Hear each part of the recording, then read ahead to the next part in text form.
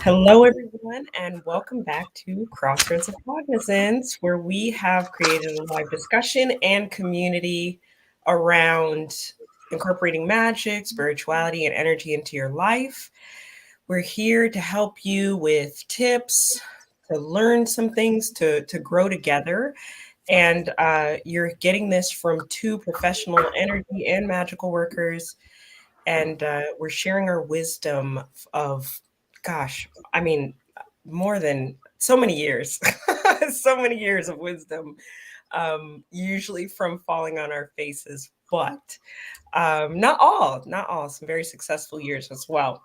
But we hope to have those experiences help you through your healing process, the shifts and changes of life, and we're all going to expand together. So, today on our lovely show, we are talking about the title. So you've had a reading. Now what? This was a question I would often get after readings and healing sessions. I'm sure Katrina got it too. And, it seemed like there was almost like this confusion. There were thoughts around, well, how could you know certain things? Or, um, well, now that I know that this is connected to that, what do I do with it? And so we really wanted to bring this show together to kind of point to the different kinds of readings that there can be, to um, talk about recommendations we've given clients, and to really give you an idea of what things look like behind the scenes. But before we get too deep into all of that, I want to shoot things over to Katrina real quick for introductions, and then I'll give mine. Hi, my name's Katrina Rasbold. I'm half of the workforce here at Crossroads of Cognizance, and I'm also half of crossroadsoccult.com. My job is that I do professional spell work for people, have for many, many years. I've been a witch for about 45 years. I'm a published author, and I also do readings for people of different kinds of motivations behind those readings. So I've been reading for people professionally for around 40 years. And I wrote the book Tarot for Real People, but I also do non-tarot consultations as well. And so this is a subject that's very dear to my heart because a lot of people, they don't know what a reading is. They don't know what to expect from it. They form their uninformed expectations of what it should be, and then they get surprised when it's different. So it's going to be really great to have some clarification on that go out there into the world. I would agree. As far as that piece on what they think it is, but for who am I to agree? I am Dahlia Rose. I'm the founder of the Conduit School, and I serve my community as a healer, a teacher, and a conduit for high vibrational energies. I do this by guiding my students through spiritual development, energy work, meditation, crystals, services, counseling, all the things. And I do this because I think that we need to expand the way that we look at healing. And this is one of those ways to expand the way that we look at healing. I believe that readings can offer healing, closure, insight. There's a lot of different ways to work with readings.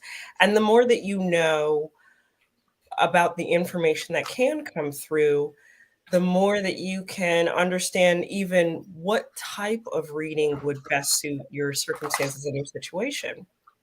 So, in the beginning, we mentioned different kinds of readings. You wouldn't believe, I mean, there's a number of readings that Katrina and I do individually. And then I was like, I don't know, I'm going to take a shot at this and Google it. And there's so many different kinds of readings on the planet. Some are culturally based, and then some are learned in formal settings, like astrology. I think would probably be one of those things that's more Mm-hmm. formal. Palmistry, definitely. Yeah, yeah. So there are some science-backed intuitive readings as well. And I say science because math is involved, and it's based on, a system that's been around for centuries. So, we have all these opportunities to gain insight and wisdom into our lives and to really support. I'm going to quote I'm going to quote Eric from last week, support the human condition. and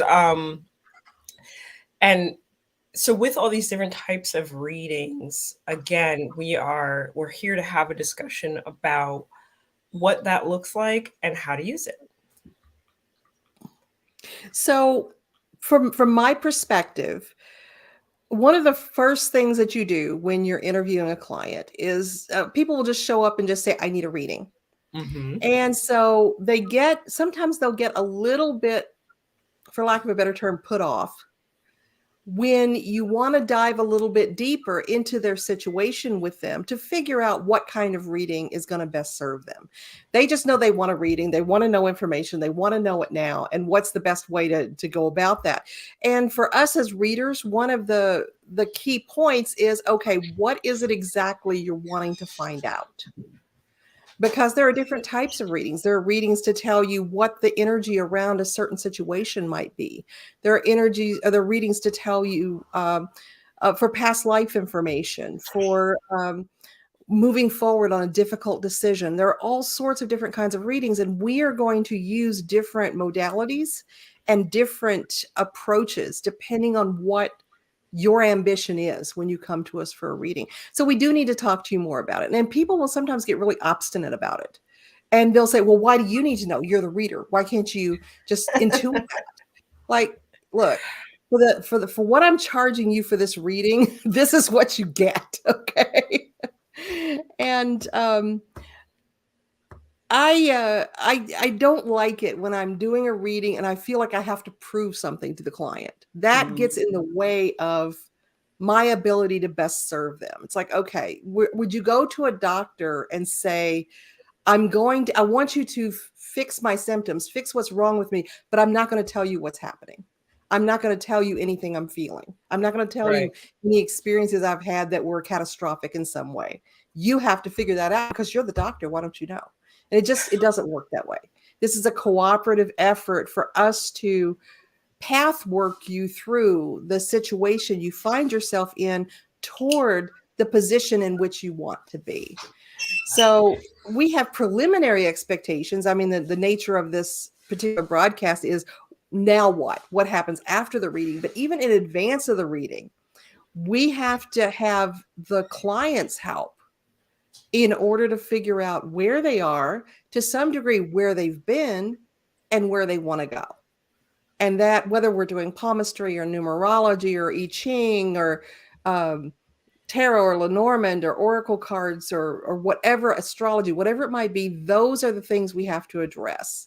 We have to know what the goals are for the reading and for your life and where you're coming from. And otherwise, the cards end up having to do a whole lot of heavy lifting that could be, or the cards or whatever system, that could be better served in other directions for you. For sure. I can attest to the having to prove piece as well. I like what you said about, like, let's get rid of the heavy lifting.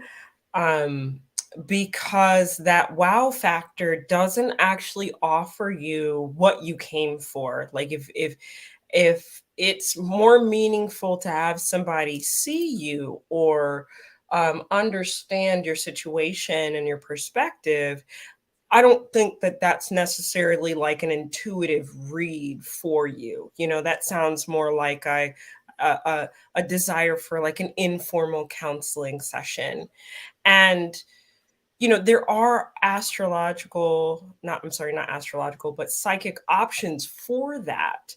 You know, going through the different types, I found myself looking at kind of like categorizing things based on my journey and how I've supported others. And so to want a reader or an intuitive person to like see you and understand you and kind of do that heavy lifting piece, I feel like is better served for the beginning parts of your journey when you're trying to understand what intuition looks like, as opposed to trying to navigate a situation, which, you know, when you first start out on your spiritual journey, oftentimes it is motivated by a situation. So it's hard to create the distinction.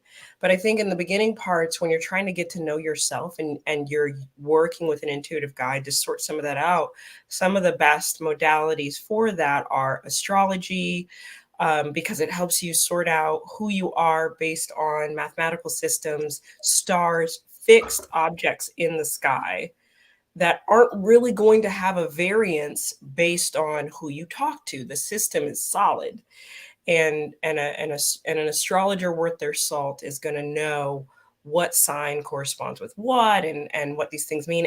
And the cool thing is you can even look this stuff up yourself. There are a lot of free options out there.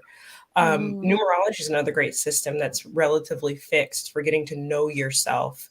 Um, Palm readings. And I recently had this after, like, gosh, can I say it's been decades since I've been working intuitively with other people and myself? I think I can.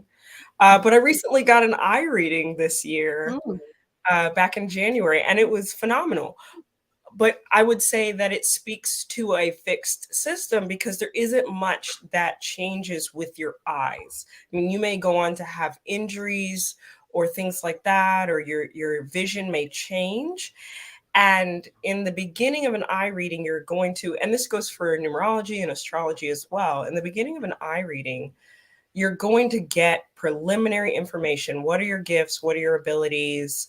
What are you prone to? And then in this particular case with the eye reading, we were talking about ancestors as well.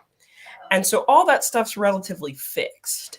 And then there's stuff that happens that would add to your journey. Like once you, um, I don't know, once you age forward, then something in your abilities may become less strong, but other things start to pop up and come forward. And then another fixed system that might be helpful for getting to know yourself is human design, which human design is like astrology on steroids. Um, and it's it's still based on the same astrological systems that are there. So you would give your name, your birthday, your time, and where you were born. But what you would start to get are like karmic things that you're supposed to work through in this life and develop, and it's really fascinating. And then there's other small pockets of getting to know yourself in intuitive ways that pop up, like face readings. So um, I believe it's the Chinese, and I hate to generalize Asia and if it's more than the Chinese, but there is an art called Chinese face reading, and it is where you may have certain proportions or angles of facial features and ears that distinguish you as somebody who's going to be successful or somebody who's better in certain areas of life. And it gets really complex, but all of those I would bubble around. Hey, I'm trying to get to know myself, and I'm trying to use intuition to do it. I've just started on this spiritual journey, and so let me know what the information is, as opposed to like a tarot or oracle card reading. So I want to look at Heidi's question, which is wonderful. Is the role of the reader to help formulate the question that's the basis of the reading, or is that 100% up to the client? There isn't anything that is 100% up to the client except contacting the reader and conveying the information that they're trying to sort out, and then compensating the reader for that payment or for that service. That's really all that is. We're all on the client. If they need help with formulating the question, we will do that, because sometimes we can arrange a question in such a way that it's more likely to get solid information about a certain thing. There are certain ways to ask the questions that are going to be more productive than, for instance, a lot of times what a person will come to me is just a yes, no question, when that's not the information they're looking for. So things like, will Stephen ever commit to me? I mean, I can take a pendulum and give them the direction that situation's flowing right now, but that's really not what they want to know. They Right. want that relationship fleshed out with a reading a little bit more. And a yes no question just isn't going to do that. So you would go into something like, what is the likely outcome of my relationship with Stephen? Or what are the energies around it? Or how does Stephen feel about this relationship?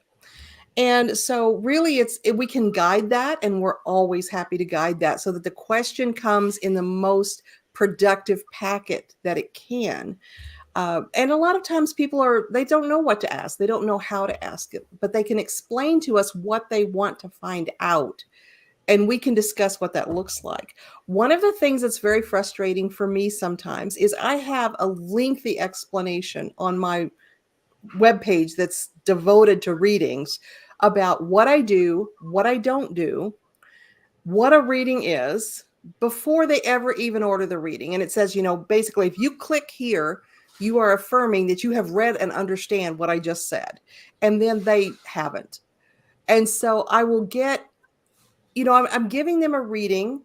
It's a finite amount of time that they have purchased for my reading, and basically a finite number of cards to address what we're talking about. But there will be 50 questions on their email. And they'll be asking, well, I want to know what's going to happen with my job. And I want to know how my relationship is doing. And no, wait, you just ordered 20 readings for one session. They'll just write down anything in life they want to know in a list.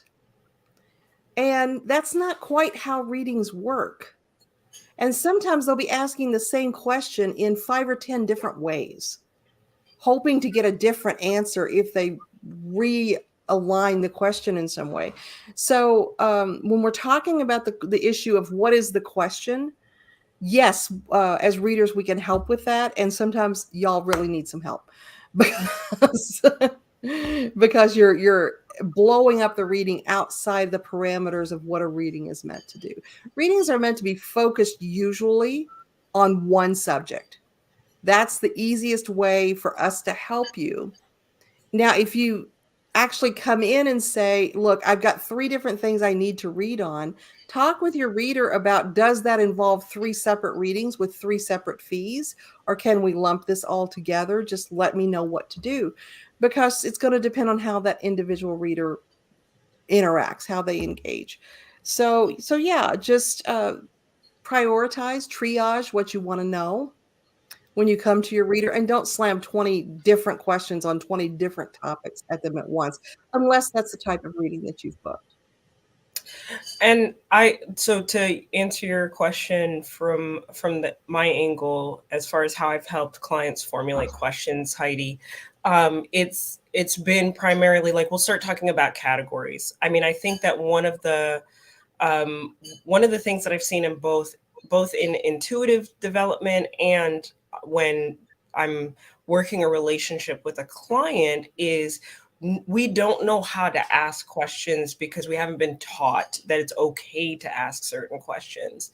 And so I definitely go along with helping the client formulate a question, especially if we might touch on something that's a boundary for me. For instance, I don't pry into other people's circumstances without their knowledge. The loophole is, are you involved? So Right. if we are looking at an investing question and you're asking me about a person's business, then from there I will give my inferences on what's going on. But if you're just like, is it going to fail because I hate them? Like, no, that's probably not going to be the case.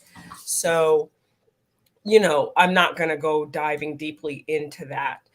I think that sometimes the waters get muddied as far as like what readings can answer when we start looking at readings that give general information.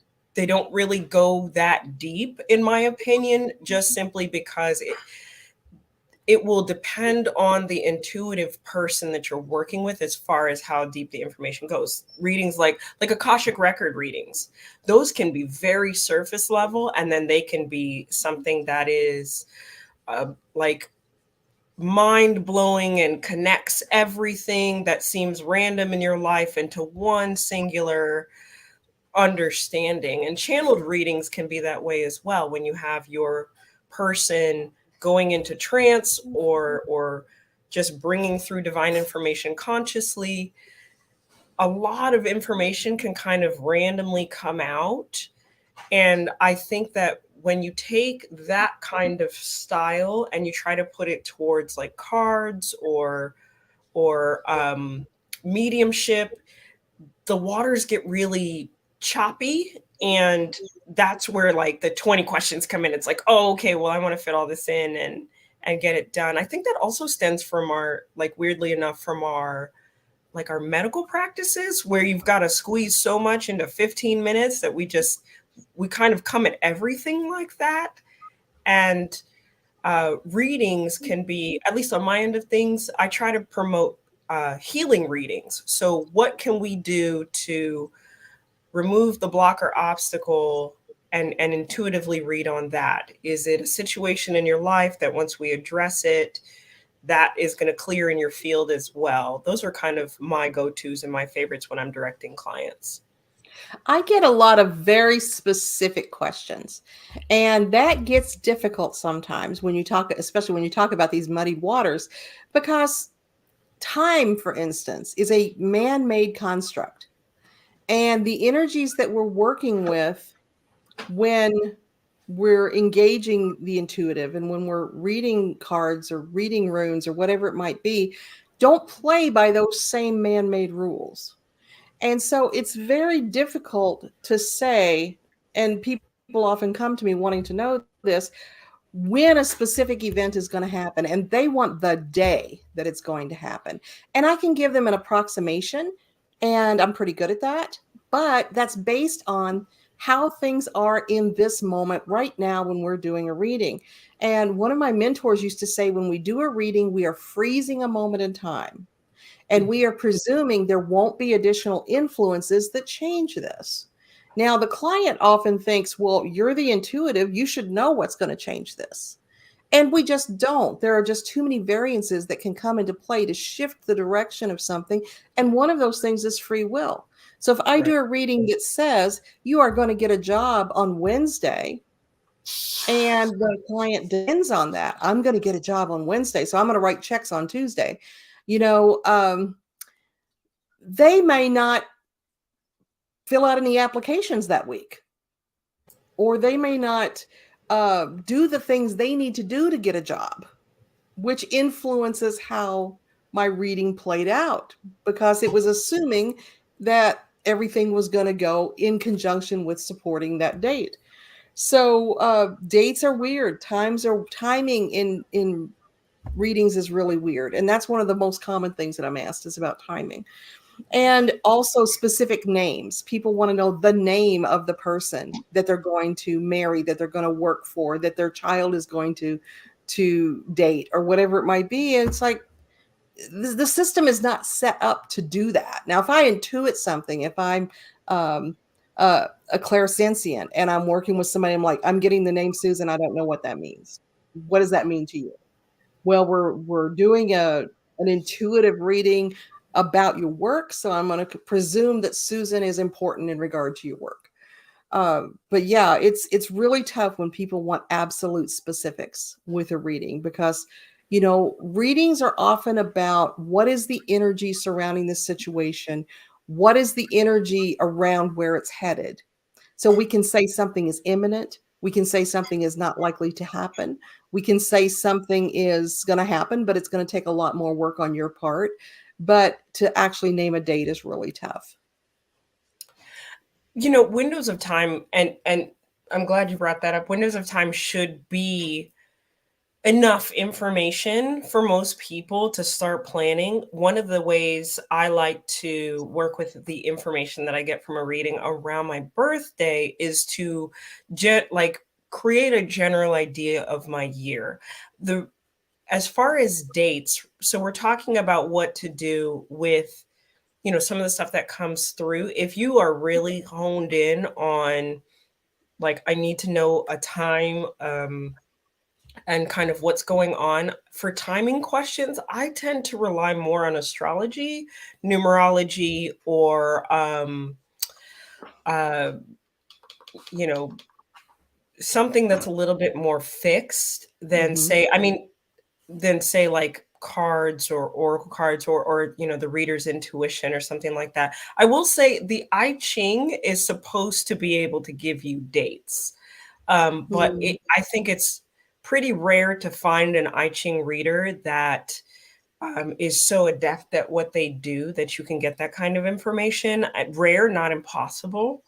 Um, but I Ching, astrology, numerology, at least you get an idea of what what organized math is telling you and what might be ideal. Like astrology can give you fixed information like the energy of a particular day. And then from there, rather than waiting on the cosmos to align and all the planets to intersect, you can simply plan a moment like a wedding or an important date. And even that has its variances. I can recall my astrologer several times over the years being like, "Oh, are you looking for love?" And I'm like, "No, not really." And either something happened or it very much didn't. And this kind of goes back to what you were saying, Katrina, about free will, because if I wasn't looking, I wouldn't leave the house. I would not put myself in those situations where opportunity could strike because I was either focused or healing or whatever the case was. So even some of those fixed systems have an opportunity to be not wrong, but I would say off. I agree with that completely. And readings are important, and I said in my book that they're like having some really smart sister or aunt or someone that you can just go to and say, "What do you think is going on here? What do you think about this?" and get impressions about it. Now, one thing that comes up for me sometimes when I'm interviewing a client and we're talking about readings is they will get really excited and say, "Well, are you picking up on anything for me right now?" And I'll say, "Well, we are not doing the reading right now. I'm not turning on the connection just because. I turn on the connection because this is the session time. This is the amount of time I've set aside to work on this issue with this client. So that's when I'm going to be reading. I'm not going to be reading or intuiting or working, for lack of a better time, beyond an admin capacity when I'm interviewing a client." So that's me setting up what I'm going to do when the time comes that I'm doing the reading. So in that time, I'm not doing the intuitive. I'm not doing the reading when I'm talking to the client. Now I might get stuff Mhm. while I'm talking to them unsolicited, but I'm not opening up the channel completely at that time. And then they get disappointed because, and again, it comes back to thinking it's a dog and pony show, that they're going to be entertained in some way. And but I'm usually not trying to get something when I'm just interviewing a client. So and that varies from from reader to reader how they're going to manage that situation. But for me, those are two separate processes to figure out what the client needs and what we need to be asking, and then switching over into the position of reader and how I'm going to do that. The clarity piece on what's going to happen, how it's going to happen, it's going to vary a lot from reader to reader. Like you were one of the first people that I knew or met that actually um, like interviews people beforehand. Typically in my readings, it's a cold read. So there may be things that I like. My admin work is the meditation, setting up the appointment, meditating, and then going from there to dispense whatever information and then opening up for questions. There are situations where I definitely wish I had interviewed the person beforehand just Well, so to be that we could clear, cut when through I say the I'm interviewing somebody, that's usually something as simple as when I'm on the phone making the appointment, mm, or when now, right now, absolutely all of my readings right now are by email. right. And so when somebody contacts me, I'm going to ask them, "Well, what do you want to know? Or what are we looking at here?" And so that, and then I have a time set aside where I say, I will be working on your reading tonight, and I will get you a report immediately after on what I got. Now, when we had the shop, of course, there were a lot of readings that happened on the fly, on the spot, and I was evaluating them in that moment. But even then, when we sit down at the table to do the reading, I'm in a fact finding mode before I'm in a reading mode. And so I'll take 10, it's almost like Platica, to speak the healing language, um, where I'm taking 10 or 15 minutes just to be with the client and just Mm, to assess their situation, so that I'm mentally factoring out, do I want to use Lenormand? Do I want to use runes? Do I, what do I want to do to assist this client? And then I'll tell them, well, I think our best approach is blah, blah, blah, and do the reading that way. And there's even been times on the email readings where I start to read with a particular system and it's just giving me gibberish. None of the mm. information is cohesive. It doesn't feel like I'm getting a good solid reading for the person. And then I'll switch systems. Say I'll pick up the Lenormand cards instead of the tarot cards, and suddenly I'm getting a great read. Ah, So in the moment, I might shift gears as well. yeah, yeah, fully understood. And when I say cold, I don't. So I am prone to double booking myself if I get on the phone with a person out of eagerness to support them or whatever the case is. And so actually have no, you cannot call me and make an appointment. I don't like it. I don't want to. And then from there, I might, like, if you work through my system, I might message you and say, hey, I don't do that, and then refund you as needed. But it tends to be a pretty cold situation for me. But I think that your system is beautiful to be able to, I mean, you're giving a lot of value even before the client gets to the reading space, and so they get an opportunity to figure out what would work best for them, and maybe not have to run into questions like, what do I do with this, because it's Mhm. clear what direction it's going, for sure. Usually, but the clients often change gear in midstream on me too. So we just roll with it. One of the things I found to be very helpful during the reading, and folks that are bearing with us here, please know we are going to get to the conversation about what do you do after the reading. We just didn't get there yet. Um, what I have, oh, look, another spam call. I was afraid I was going to miss that. Anyway, one of the things that I do during a reading is, if I'm getting some kind of message that doesn't fit in with the rest of the reading, that we're wondering, well, what is this? Why do we have this card or this set of cards here when it seems like it's extraneous from the rest of the reading? We always go back to the question. What was your question? And so if we're looking for a financial reading, and we get some, like the Two of Cups, and we get the soulmate card, and we get the Two of Wands, and something that really is a cuddly little loving grouping, but it's a financial reading, a lot of times the clients will just go sideways. Oh my gosh, am I going to meet somebody at work? Oh my gosh, is this bringing love to me? I need to read on that. It's like, well, maybe or maybe not. It could also mean that you're going to have an influx of money from a relationship that you had before or that you have now. But we always go back to the question, what did we originally ask? Because any of the cards that come up in that reading should directly pertain to what question was asked. The exception is the Lenormand deck, which is just a freaking wild card.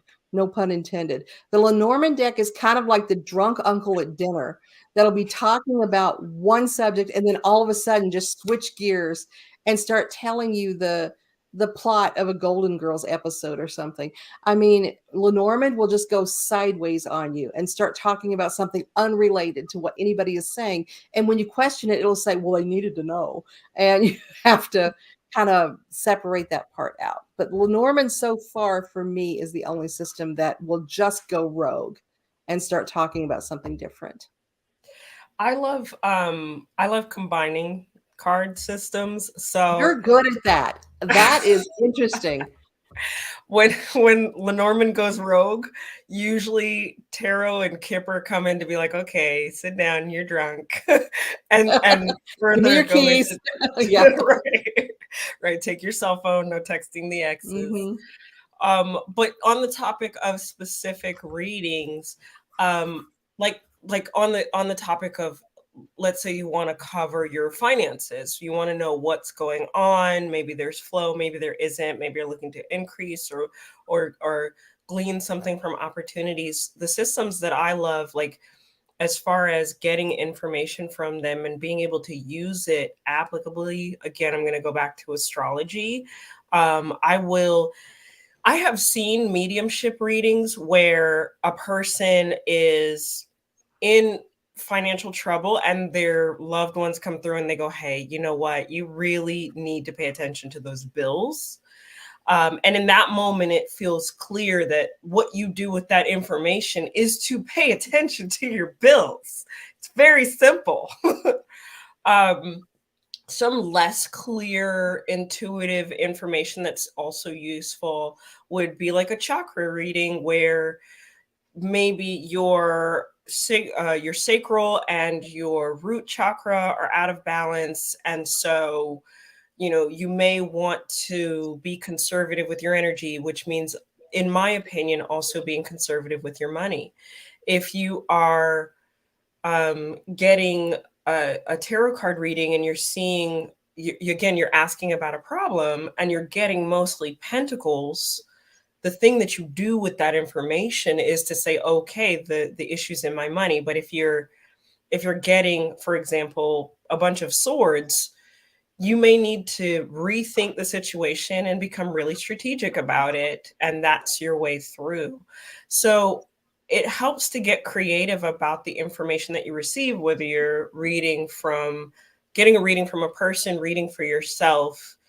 But there are systems where the information's a little more solid, and then there's systems where it's more colorful and imaginative. And I think in those moments you have to ask yourself, okay, well, what kind of person am I? If I'm a Pisces and super creative and I can just see all kinds of images, or I have heavy Pisces in my chart, which a lot of my loved ones do, strangely enough, then those flowery, fluffy, creative systems are going to speak to you immediately, versus me, who wants, how do I make this the most productive thing possible?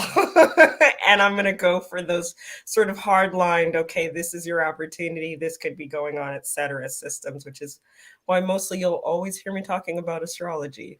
Always. Well, when we look at the nature of the topic of today, I've had a reading. What comes next? It really depends on what kind of reading you've had and what you want the reading to do. And that expectation is another one that I've found often gets muddied. And that's because a lot of them don't know. They want their fortune told, or Hmm. they want their problems solved, and they want to demystify something that's going on in their life that has vexed them for years, that sort of thing. And it's important for the client also to understand that we may get extraneous information. I don't hold information back from a client ever. um, Right. Anything that comes through, I'll be very candid with them. I'll let them know as gently as possible if it's a tough subject, what the client or what the reading says. So I'm always very forthright about what I'm seeing, but that doesn't mean I'm going to see the information they want to see. Hmm. And so a lot of times I'll do the reading and I'll tell them exactly what I got for the question that they asked. And they'll just look at me blinking like, is that all? Is that all there is? Well, I've answered your question. Your question was, what does Stephen think about our relationship? I answered it, and I'm like you, Dahlia. I do not spy on people with the cards. I don't do that. But for instance, in this case, they want to know about their relationship that they are involved in. And so I'll bend it a little bit for that. And so I say, well, Stephen thinks that you're really wonderful, but Stephen's really afraid of commitment because of some previous pain that was there in relationships. And so I think it's going to be a tough shot to get Stephen to commit. However, Stephen thinks highly of you and has no problem continuing the relationship with you. And they're like, well, are we ever going to get married? I don't know. You didn't ask that. You asked what he thinks about your relationship, and I told you what he thinks about your relationship. So, back to Heidi's point, it's really important to ask the right question and understanding that the answer might propagate more questions, but don't get angry with your reader because they answered your question and didn't answer your future questions. On the topic of the am I ever going to get married piece, when you get information from a reader, I don't know if you go through this, but my intuition seems to flow this way. If there are too many possibilities, like if you've what ifed yourself into about 8 different directions, the information that comes through will very plainly state like you need to make the choice. and Mm-hmm. and so we'll start talking. I'll usually guide my clients through a process of, okay, but what do you actually want? Like, you're asking for marriage from this person. What's coming through is they're indecisive and they have not made that firm decision. Because there are people that when they get into a relationship, they're like, yep, I'm going to marry this person. And they won't tell you for years. They'll just keep looking for validation or valid reasons why they should marry you. And and that's the whole existence that they have with you until they pop the question. But for others, it remains a fluid state, and that does have an impact on anybody's intuition. I mean, maybe because you're picking up on the indecision, that's why you have the question. And so when you receive that information from the reader, as we talk about the now what of things, I would recommend diving in and saying, okay, but why? What is it that I actually want? Do I just want security? Do I want safety? Do I need it from this particular person?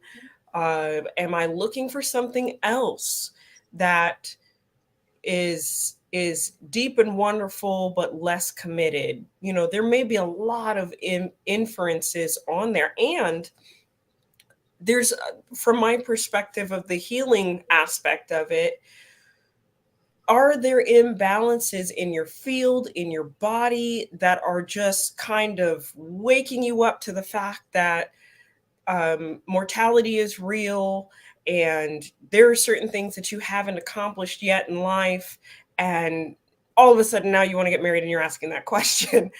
there what we can do with the now what piece of the information is to say, okay, well, if I didn't receive the answer that I was hoping for, maybe there is a better question, maybe there's more.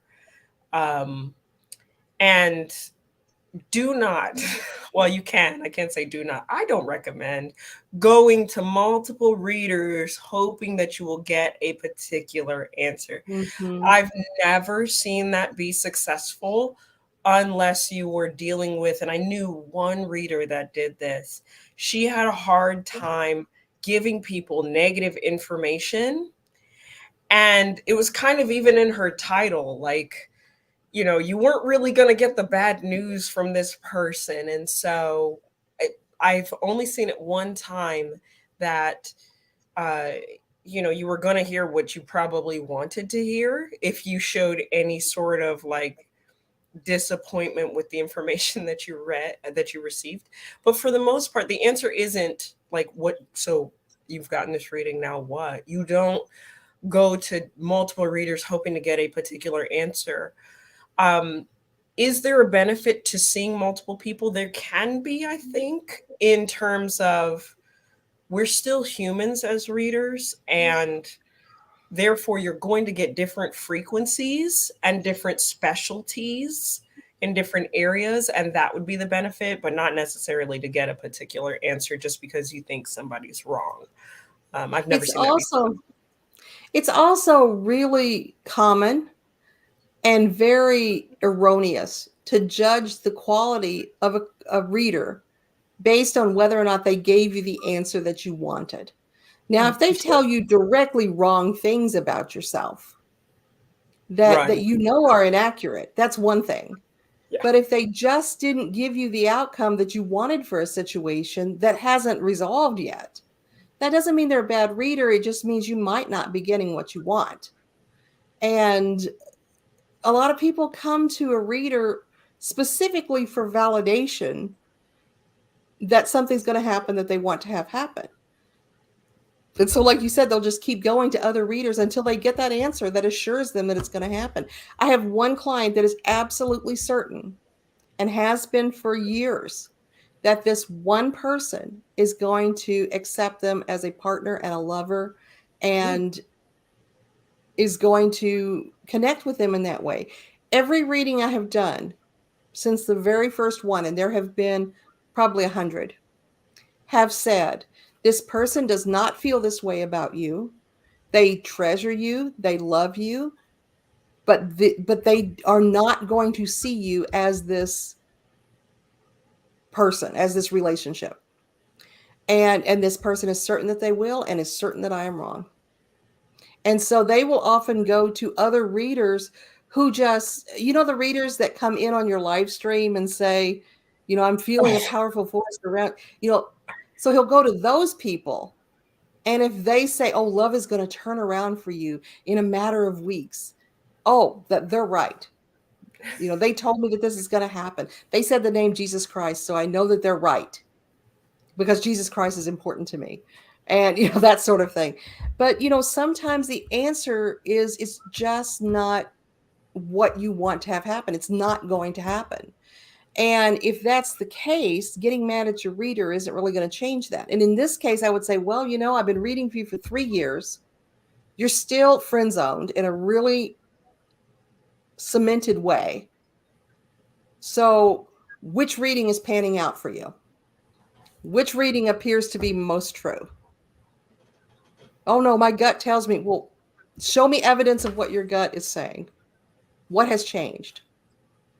And yeah, so it's really hard when you get bad news. But it's critical that you get true news, that you get the objective reality of what the reader's seeing. I love the last piece of what you said as far as true news. And that's something else that you can, once you've gotten your reading, so now what?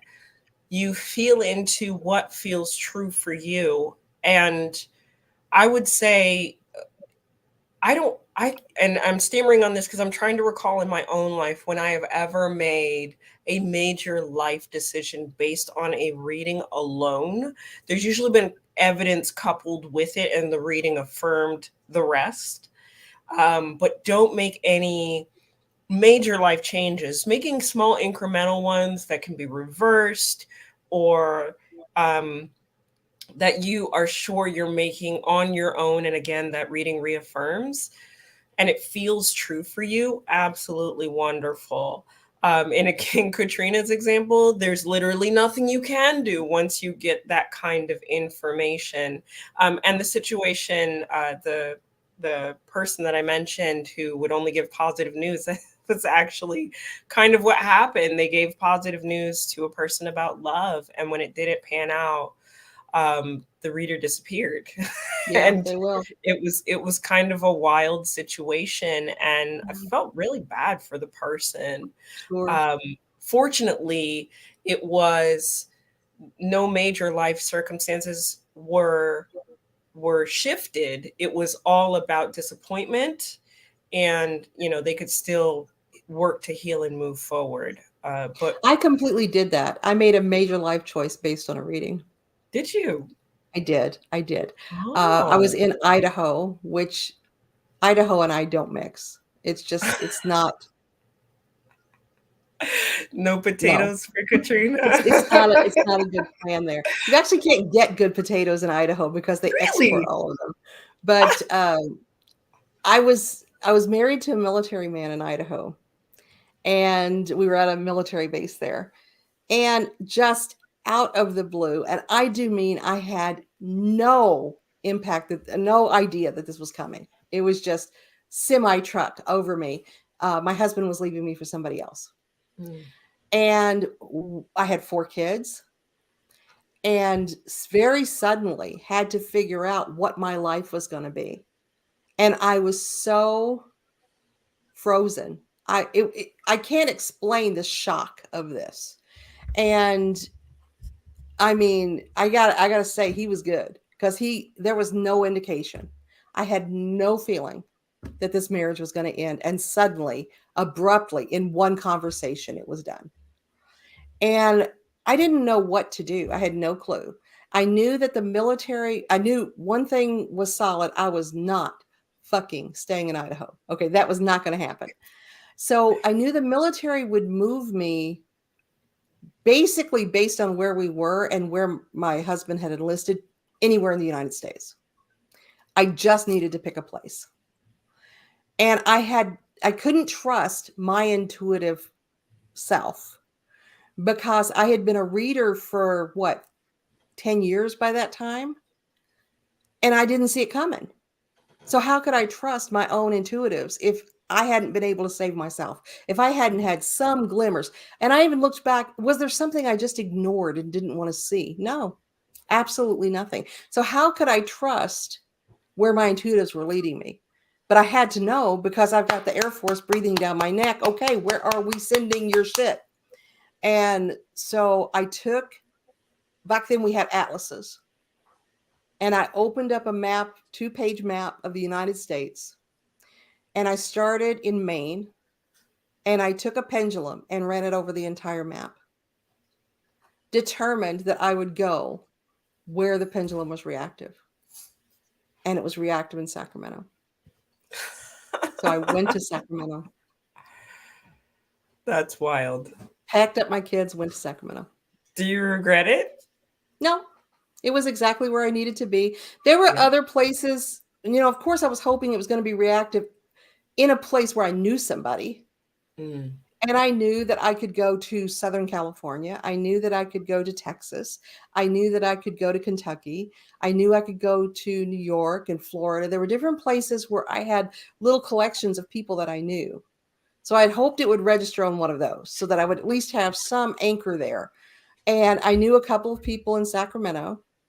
And sure enough, and look how far it is from Maine going all the way down the states, looking for that pendulum to move through every state until you get to California and then to Sacramento and it began to swing. So that was why I ended up where I was doing what I did. I do not recommend that. No, what a leap of faith. Holy crap. That's all I had. There was nothing else. I could not for the life of me have made any kind of choice for myself about that. I had no job, nothing. I was working for the military, so yeah. In a position where if you are feeling like you have no idea what decision to make or where to go from where you are, you used pendulums. Can you think of any other types of readings that you feel like would be supportive? I think it's foolhardy to do your own readings if you are in that place, because you're going to be filtering and blocking more so than you normally would. And so I recommend finding anyone that you can trust to do a reading for you. And it's hopefully somebody who doesn't have a dog in the fight, somebody who's going to be a little bit more objective. I could not have asked my mother to read for me at that time. My mom wanted me to come to Kentucky. So, she had an agenda. But to find somebody objective who can do the reading, I recommend anybody but you doing the reading.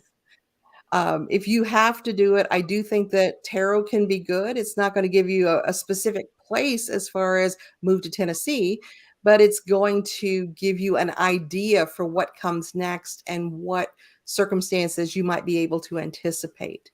I would have been able to do a reading that said, will my ex-husband or will my husband change his mind and stay with the family? What is he feeling right now? I could have said, what should my next steps be? But it wouldn't tell me the exact information that I needed. So it really is just depending on what you're wanting to find out for that life change. Sure. Even astrology is going to tell you it's a good time to move. It's a good time for endings and new beginnings. It's a good time to finalize relationships and move on to make next ones. It's usually not going to tell you the exact place you should go to. Oh, hold on. I wonder if this was around back when you were having to make that decision. But astrocartography is probably going to be the thing that gets you closest to, maybe not the right place to move, but it's going to give you an idea of what's going to be there if you live there long enough, right? I think I mentioned it a little bit before. So, based on your astrological information, where you were born, all of that, there are places on the planet that have certain lines of energy that correspond with you in very specific ways. Having my astrologer work on mine, and it's fascinating. I go back and I visit it all the time. He would say things to me like, "Well, your Jupiter line."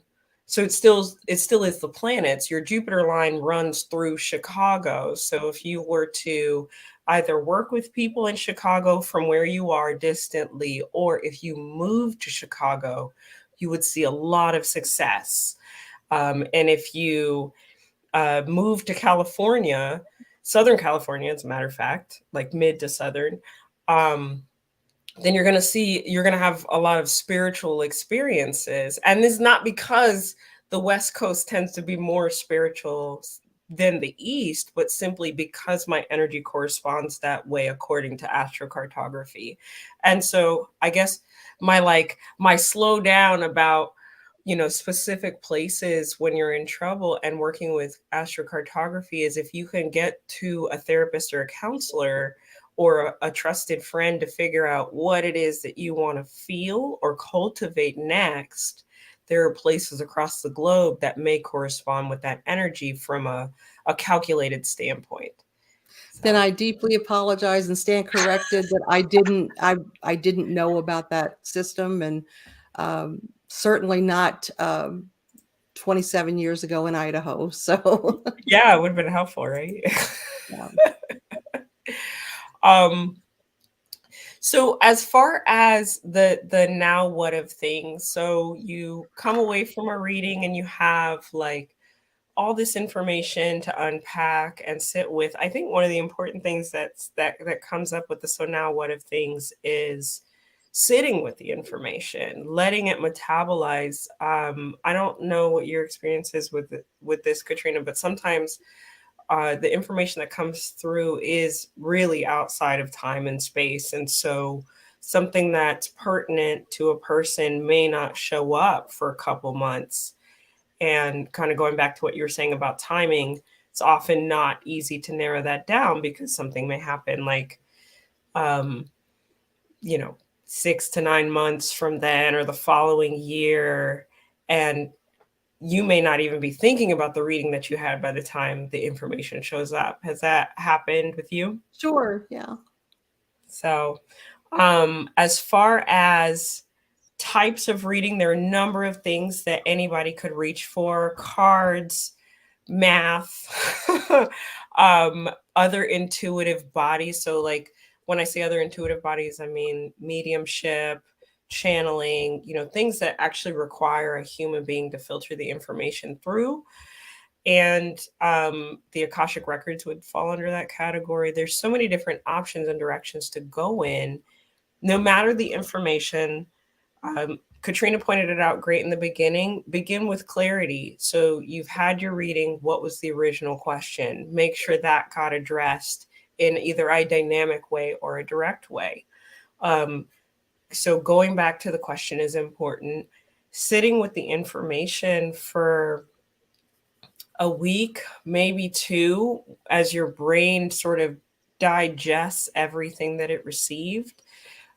Check in with your healing. Was there anything that you can apply in terms of get more sleep, take these kinds of herbs if you're working with a medical intuitive, or, whatever the case is. Was there information that could be applied for positive health to give you more clarity? There's a lot that can be done with the so now what of things.